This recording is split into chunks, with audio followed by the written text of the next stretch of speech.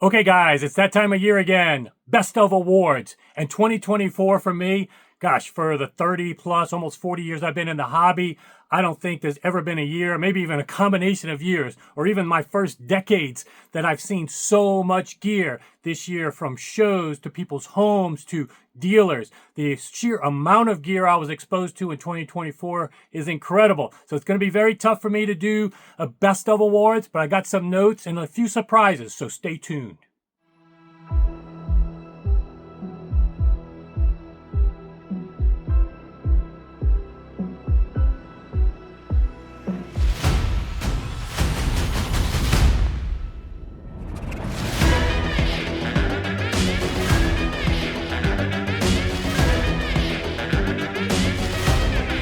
Okay guys, welcome back to the channel. As you know, I normally do these videos off the cuff, no editing. I don't like that choppiness when I watch videos, so I try to do that with you guys. But this time I'm going to use some notes, and who knows what I'm going to have to do, because it's so tough to narrow down my best of 2024 when you're exposed to as much gear as I was this year. Now, let me go ahead and set a few things right off the bat to help you understand what my qualifications for making the best of awards. First of all, best of, for me, number one is, if I buy it and keep it, that's something that I feel like is a best of award and deserving of mention. That's the ultimate test for any reviewer. A lot of people can wax poetic ways and spin a positive review. And you see lots of positive reviews, but the ultimate litmus test is, do they buy it? Do they keep it? That's where you can really gain some comfort. And do they pay for it as well? So a lot of things that I've come to even represent. And now let me get that other disclaimer out the way. There are three brands that I represent. Bach, Theoretica Applied Physics, so the Bach, ORC, and all that. I won't cover that in this video. I've covered that in print, other ones, and I have a separate video coming up soon on that. I also represent Blue Jeans Cable, the octo-quad speaker cable, and their power cable. You see back here one example. And then Viablue accessories. And really, to be honest, one of their products is a first thing to mention to you guys as another litmus test for making my best of awards. Even if I don't own it, if somebody I know, a good friend of mine, owns it and loves it, that's something that deserves my best of awards. And just a little tangent real fast. These terminals, if you watch the video that I shot, I think it was a YouTube short with Bob and his speaker terminals. Another German manufacturer had very poor speaker terminals. They weren't even working. That's how bad they were. It wasn't just low contact like you saw in Blue Jeans Cable, different resistance. They weren't even working. They were designed so poor. And the Viablue speaker terminals have been a big hit in terms of people wanting to buy these, and Bob having good success, a video coming out soon. So definitely this is deserving of award, but those are companies that I represent, so don't want to really spend too much time in this video. It's going to be other brands that I have no financial interest in at all. And nobody's paying me or anything for these awards or anything, just to get that out the way. So one of the first things, though, that I wanted to talk about is, what did I buy this year that stayed in my system and will stay in my system indefinitely? Well, number one being Primare. And I still have to do this review, so it's kind of premature to give you this award. But Primare, their 835 multi-channel amp, and they also make a two-channel version, which my friend Doug already bought, as well as their Primare surround sound processor. Let me show you real quick if you aren't familiar with it. Comes in a black face. They have the most beautiful chassis I've found, especially for the economical price points that they're at relative to the mega dollar chassis brands. Performance-wise, that multi-channel amp is a no-brainer. If you want to actively cross over your speakers, if you need something for home theater, if you just want a powerful amp that can maybe power a do-it-yourself sub, that multi-channel, 8-channel amp can serve a lot of purposes. I'm using it right now. Of all the amps I have, I'm using it as my reference with these Poporis, testing it right now. So it's not something that I'm dropping off significantly when I'm not using my other amps. I find it reference quality. They do a great job. So I'll have more on that and the surround sound processor. Now, the surround sound processor has had a few little firmware things, and that's why I'm holding off on that review. I want to make sure everything's ready to go when I recommend it. In terms of sound quality, amazing. But just some finicky things with setup, and as you know, with surround sound processors, it's not as easy as building a preamp and other gear. So I'll have a video on that early in 2025, but both of them I can heartily recommend on sound quality alone and value for the money. And aesthetics, incredible. In fact, Doug is putting them Primares with his MBL gear. It fits just fine, and the box. So aesthetically, it matches up with the best gear there is. Also, I obviously have added ASC Tube Traps. They're a brand that I really endorse. I'm going to be putting them in my Airbnb. In fact, I'm doing some of their stuff that's little known, is stuff that goes behind the drywall, and you do a 2-layer drywall to treat a room as it's being built. So I'll have videos on that. That wasn't in 2024, but I have put it in my Airbnb. They're a company I recommend. We used them at the show at Capital Audio Fest in Mike Sweck's room. Can heartily endorse them for room treatments. I also have in my system, they sent me Isoacoustics, the footers that are being used right now on the Poporis. These are the Popori WR2s, which I'm going to talk about in a second.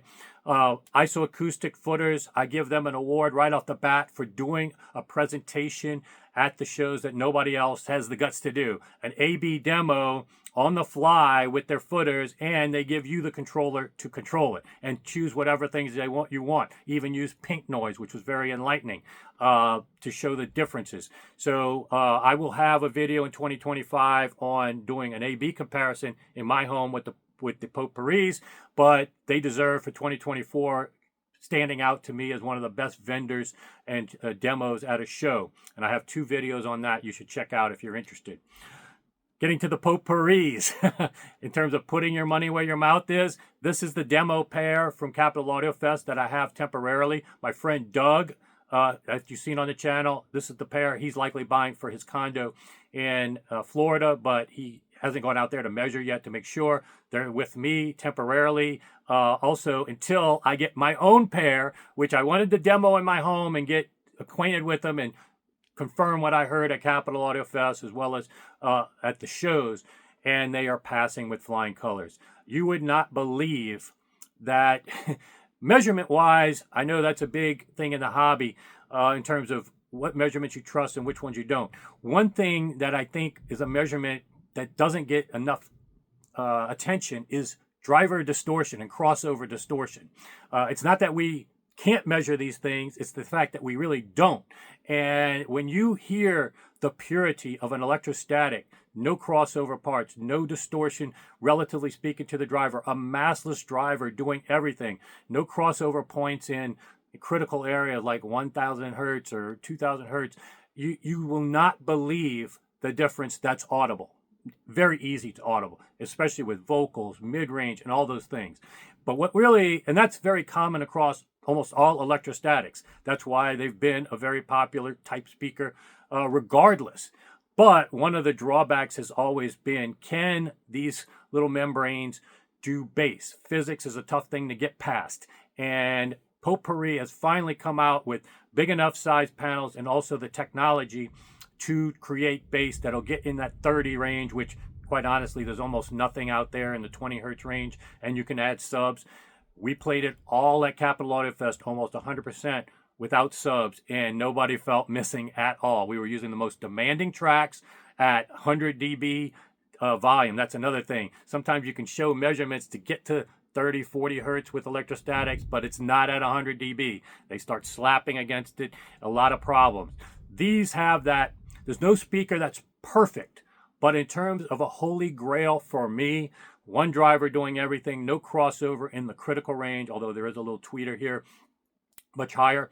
And then I do use subs here, and I'll have a whole video on that. But in terms of the ceiling of the performance possible, these Poporis, the WR2s, could be end game for anybody, regardless of your budget. Because what I'm hearing when I put it with my subs and ORC with the Bach and all the room treatments, when you buy a mansion, furnish it well, and it's in a great area of town, the best of the best in everything, you take care of everything, you can get the highest ceiling of enjoyment and performance. When you just buy a fancy speaker, you don't do all the other stuff. You don't furnish your mansion, or it's out in the middle of the desert where nobody wants to go. This is kind of things that you have to be aware of, and I'll talk about that more when I talk about the Popori solely. But this speaker is giving me the highest potential performance possible. Songs I'm hearing it better than I've ever heard before, regardless of venue, regardless of budget. So stay tuned for more on that. All right, now some other brands, though, I don't like to focus just on stuff that I'm buying. Oh, I'm also got an order in for the sale version of this, which is going to be pretty pricey, but it's going to be their top of the line. And I'll put up a picture of what that looks like if you haven't seen it yet. It's also one of the most aesthetically beautiful speakers I've ever seen. And could compete on its own. No need for subs. These really don't need subs either.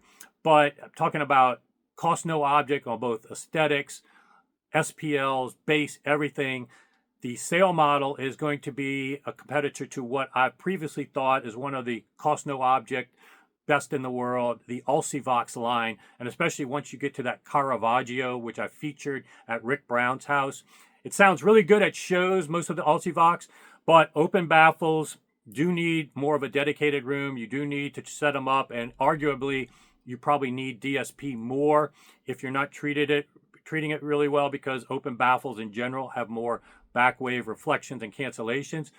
But it's well worth the trade-off, open baffles and stuff, for all the advantages they have. No boxy bass, no ported sounding bass, no resonances of the cabinet, that open sound, floor to ceiling, not something like listening to midgets. There's so many advantages to open baffle line sources like the Alsyvox Caravaggios, which is the next one on my list. Cost no object, you have to listen to this speaker. It's also got one driver doing pretty much anything, not a hybrid, and it can give you that full range dynamics at high volume, strong, all the advantages that people have liked about Maggie's, but none of the downsides of the cabinet not being firm, and also aesthetics. Doesn't look like a room divider. It's a very attractive speaker, albeit if it has to be in your price point. But if that's not something that concerns you, prices, Alsyvox, Caravaggio, and above, definitely something I would put on your list. Also, the smaller ones as well in a small room, totally great as well. But you've seen them multiple times on my channel. Rick Brown has them if you want to check him out, or you want an introduction to him. He's in my membership group as well. Great distributor as well. That's another thing that I do factor in on my Best of Awards, is who represents them, who's behind the brand. You've heard me say this so many times. I will not buy, even if the product is good, if the people behind the brand aren't anything I can respect or trust. So that's also implied with some of these Best of Awards. The people that I know, at least to date, experience with them has been top notch. Speaking of that, I've had a lot of experience over the years with Val from Acora, and his box speakers have always been the best of the best in that. Now, box speakers haven't been my favorite, but I could easily live with his speakers, because they have a level of performance that's more refined than your typical box speakers. And so those have always been in my best of show reports. But really, I want to give a specific award this year to his new one. It's called the MRB1, the little bookshelf one. I think it's only like $6,000. So now you can get Acora performance at a price point that is insane, and it is filling up the biggest of rooms at shows. You saw that at Capital Audio Fest, wowing people. And Accuton drivers, that beautiful marble cabinet. You know, the firmness of that cabinet makes a big difference when you're using Accuton drivers. Drivers like that, Pistonic drivers, want a firm foundation, not porous, not MDF is okay, but it's not as good as marble, granite, those type of structures, and aluminum that's dampened right. This is getting a tremendous amount of quality in that cabinet for like $6,000, and that performance of Accuton drivers, I don't know how he's doing it. That's another thing I want to say is part of my Best of Awards, is the value for the money. And that's definitely one with the Acora. Also, in terms of value for the money, I want to give a shout out to another company that I always give Best of Awards, but you normally have to have cost no object budget to get their pieces, and that's MBL. However, what they've done, and this is why I'm going to give them an award, is kind of trickle down to their new network player. It's called the C41 Network Player. And let me tell you, the performance they get from that DAC and streamer, everything, preamp is incredible. All the pedigree of MBL, the pride of ownership of MBL, and the performance. Again, just like Acora, I almost think that these pieces at the lower budget are cannibalizing their bigger stuff, because once you hear the C41 Network Player, you may not ever have a need or want to move up. It could be your end game, and that's great. Same thing with the Acora. On that same note, another megadollar manufacturer that I think is doing things innovative, taking the hobby to the next level. We've had so many decades of just regurgitating, doing the same thing and nuancing some kind of marketing spin to say why our speakers or our electronics are better. We've finally entered an age where technology is allowing us to truly get better performance. And you've seen it even with Andrew Jones and his talks about things over the years, what could be better with speakers, and doing active crossovers is the way to go. And I think even those videos that PS Audio said about it's a superior approach. They just haven't been able to sell yet. Well, let's just see now that the biggest names in the hobby, the best brands in the hobby are starting to do active. Let's just see how that changes people's misconceptions about it. And to that end, I want to give an award to YG, who is one of the first of the megadollar speakers to start doing active. And I think they paired with I want to say it's another electronic company. I don't want to say it because I don't know for sure. But in any case, they're using top-notch electronics amplification internally to actively cross over and take that synergy out of your hands. You've already synergized for you. Drivers, amplifiers for each drivers. You don't have to worry about power requirements. Everything is optimized for you. And that is a superior approach. If you've heard it from any experienced designer, they know it's a superior approach. We just have in our mindset, we want to have toys. We want to have amps and preamps. We want to have cables connecting them to look cool. But if you're truly interested in performance and value, there's nothing better than doing active with a great designer putting that together. And YG has that acumen. Top notch. If you watch my facility tour that Carl took, top notch. And I'm going to be doing a Zoom with them hopefully early in 2025 to give you a little more background on those guys. Thumbs up to YG. Another company where both the people behind it I got to know really well, the facility, got to see it firsthand, and then got to hear a product in their reference room that really blew me away. And it was the Unison Research S6 Black Edition. And they showed us the edition before the black upgrade model that they just came out with.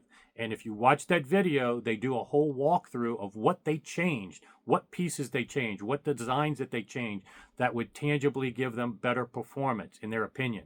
Even taking out auto bias and things that they thought were hurting performance. And then we went to their listening room and got to A/B it. All the guys in the press with me on that tour, and we all heard the difference. And that was actually shocking. I wasn't expecting that big of a difference. So Unison Research, great people behind the brand. This S6 Black Edition, great amplifier that you should be looking at.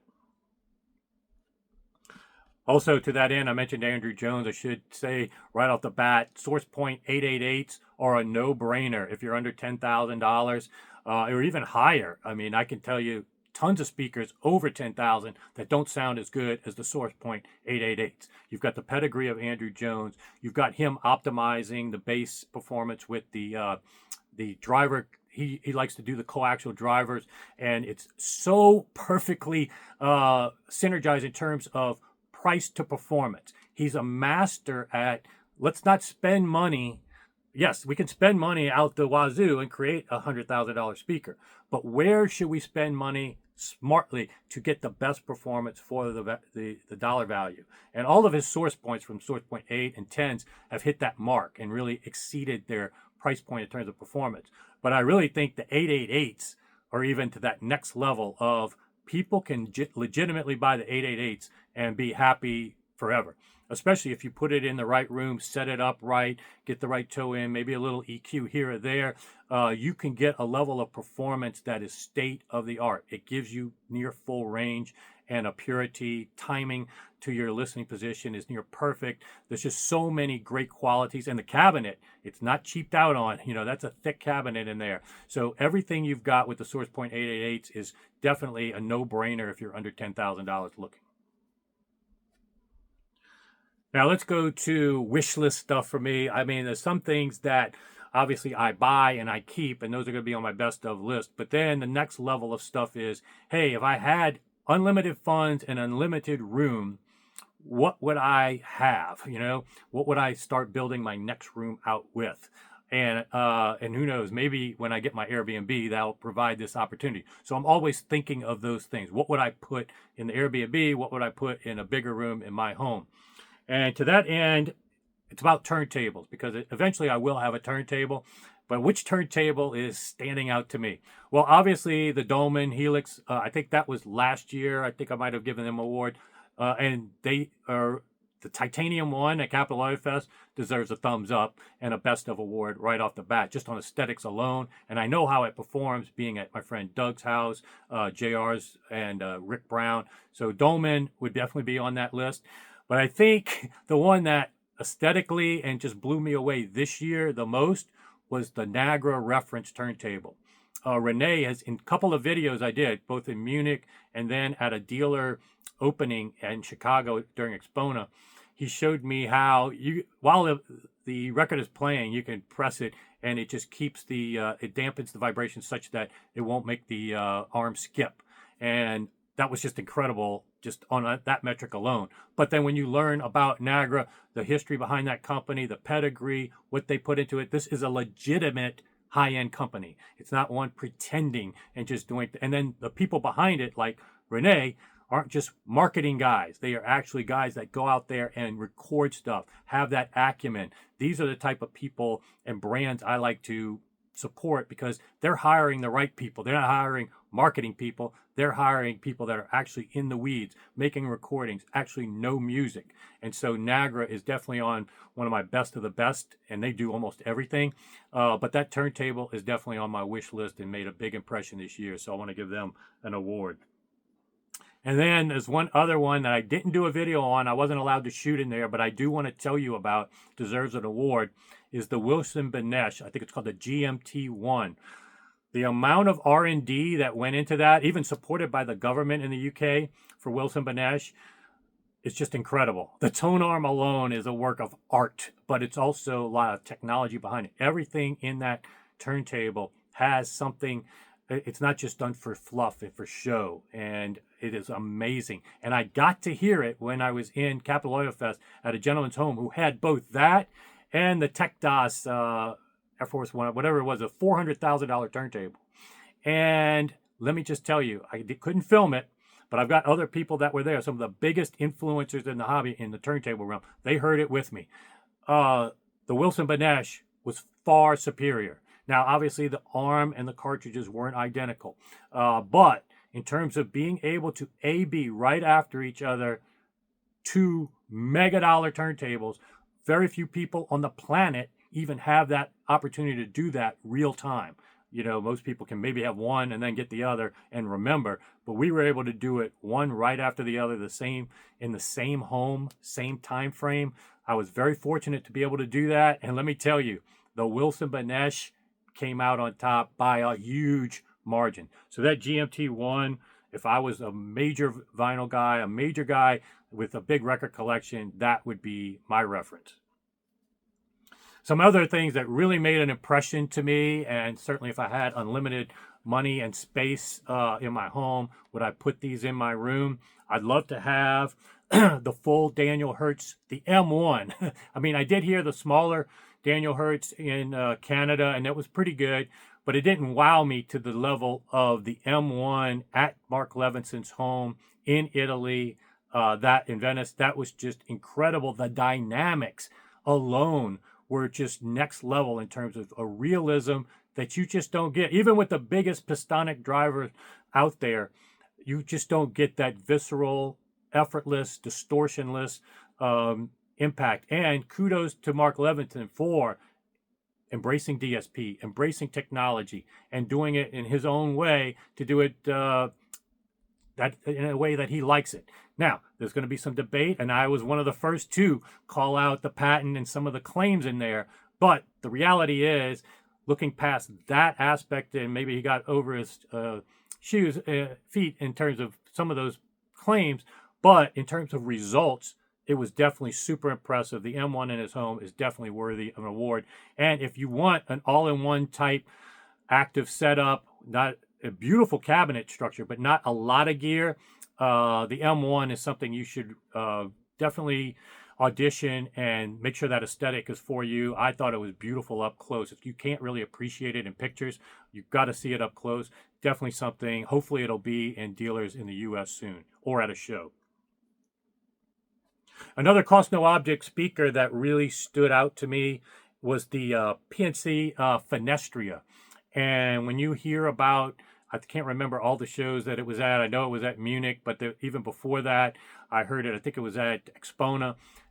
Great presentation on it. A lot of technology behind it, doing things a little bit more advanced. Transmission line, where front porting, to me, front ported speakers are not my taste at all when they're just normal ported speakers. And port speakers in general are not my taste.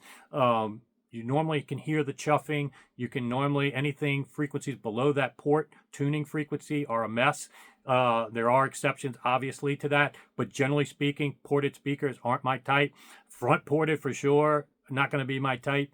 But what they're able to accomplish with the transmission line is a lot more advanced than just a normal port. And their way of doing things, also how they isolate the tweeter and a viscous damping thing. It's a very innovative speaker that wows you right from the start from its bass performance. You can tell it's different from your normal bass cabinet speaker with cabinet resonances and cabinet pressurization. Ends up muddying bass, in my opinion, versus open baffles or properly implemented transmission line and such. So they are definitely one of my favorites. Another one that was very innovative and stood out to me in terms of one of the best sounds I heard without any corrections, very little room treatments or anything, was the Brodmann speaker. I think it was the VC7 at Expona, because they had a room across from the Bach room. And I know I went in there at least twice, and I probably have 2 videos from the Brodmann room. Very impressive speaker, very innovative. In fact, Steve McCormick was in there at one time, and we were talking to the designer, and he was asking some questions. It's definitely a speaker you should look at. And I've also covered their more massive ones at Munich, Cost No Object. Very impressive speaker, very much overlooked. And that's why I want to give him an award, because a lot of things in this hobby are focused on these big conglomerates, the big names, the famous names. That's something I'm not too much a fan of giving best of awards, because quite frankly, they aren't the best anymore. They're the best at marketing, but they're not the best at performance and innovating and bringing new stuff into the hobby and the passion that I like to see. So yeah, Brodmann's another one I think people should keep their eye on and do an audition if you can see them at the next show. Another speaker system that blew me away this year was horns. Horns were the theme this year, and obviously the Avant-Gardes in Beverly Hills were great. Set up there, they're great. But I gotta say, the Viva horn system, the master horn system in New York, in a brownstone, had the biggest delta from what I expected. You know, these horns just put in the corner, they're basically part of the furniture. The delta from what I expected and what I heard, and even what I had heard from Viva horns at shows, was probably the biggest delta I've ever heard from my expectations to what I heard. I know I was expecting it to be good. I wasn't expecting it to be world-class, some of the best sound I've heard, period. Those Viva master horns in that brownstone in Manhattan, I have a video featuring that. Some of the best sound, period. Especially uncorrected for frequency anomalies, and obviously not a lot of room treatments. This is a lifestyle type environment, limited space. Tremendous job setting that up. Tremendous job with performance. Viva Master horns should be on people's short list if you love horns and want to get cost no object performance. another speaker that in terms of you're done and has the best technology in the world, especially if you don't have a Bach to help with that, improve your listening position. One of the best native speakers you can buy to get you there at least close as possible is the Kii speakers. And I featured them at Munich and in various videos in prior years.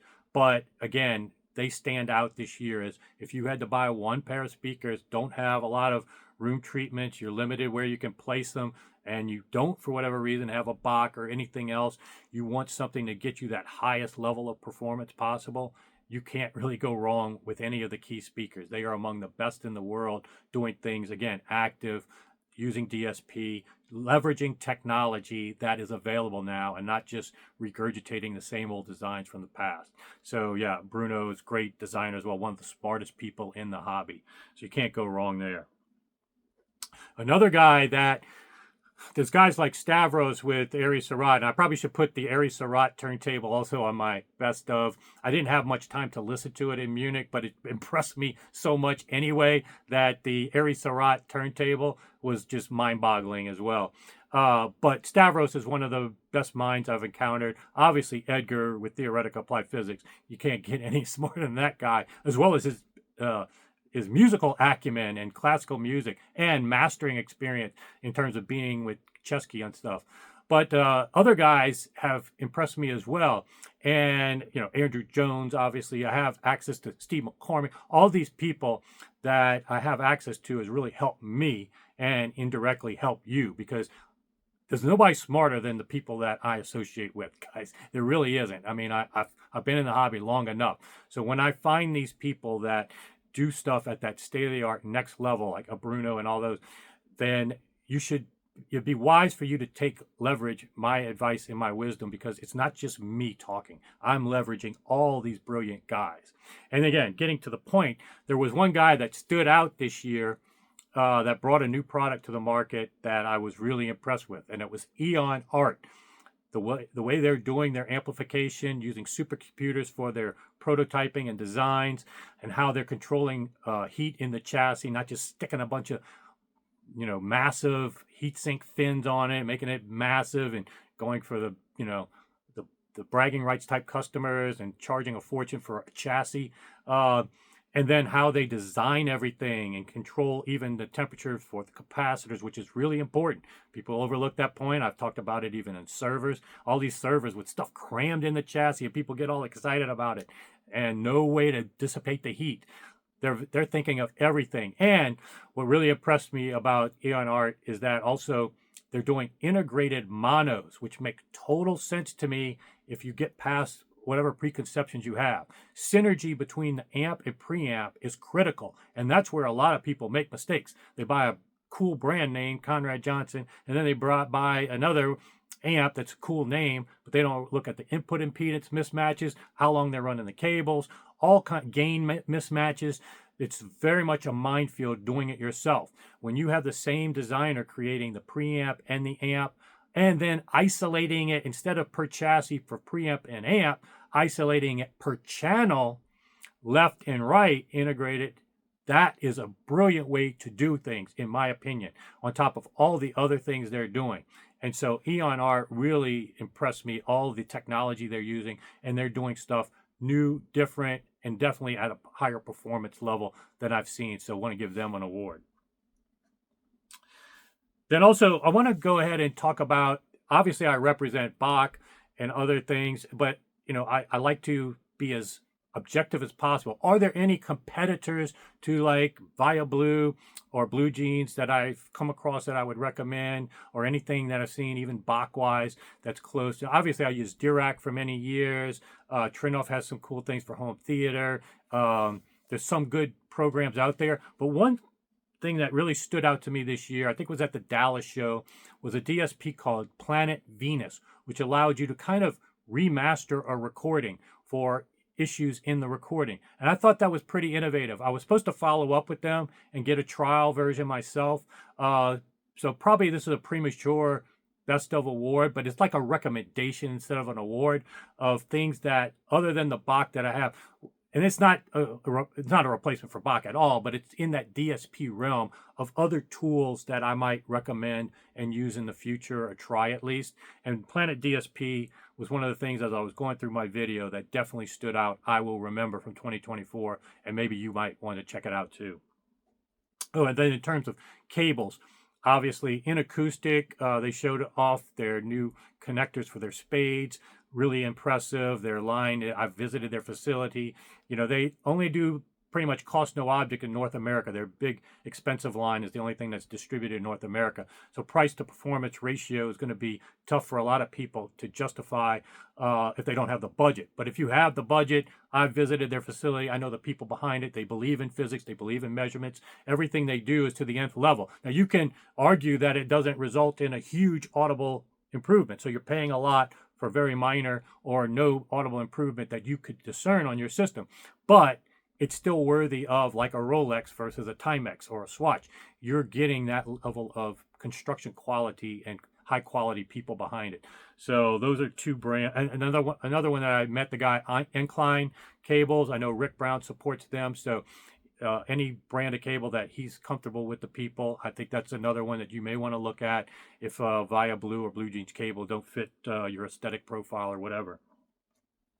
Now I want to wrap up with some brands that maybe I don't have a room and they're not really products right now that I would put in my system, but certainly at different stages of my journey in terms of budget points or what I recommend to people very easily, no-brainer, highest value type brands, things that are a little more cost-effective for people. I want to tell people about the steals in the industry right now. And for 2024, there's certain brands that are definitely delivering steals. And one right off the bat is Maco. With their open baffle, the granite that they're doing, and the different finishes, and the parts quality in their crossover, it's just constructing the box for their crossover part. Just thick aluminum, nothing cheap about anything they do, and what they're selling it for relative to what others sell for. Yes, it's going to be more pricey than, say, a Spatial or a Caledon or whatever. But let me tell you, I think it's well worth it. The pride of ownership of that Maco, if you like open baffles of that ilk and that Lee Song driver, single driver, doing most of the range and basically a sub driver at the bottom, you are getting tremendous cost to performance ratio. That is a beautiful speaker, aesthetically a piece of art in your home for most people's taste. I can't see anything better. And there's definitely still, even though it's not the introductory pricing, they're still offering it at a price that is way below what it should be and what I see other people doing with the same level of cost internally.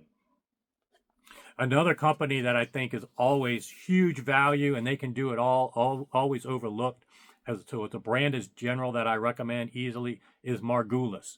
Anything that they make, at any price point that they make, you should look at their stuff, because in terms of price to performance ratio, you're going to be getting top notch, and you got the people behind it, top notch.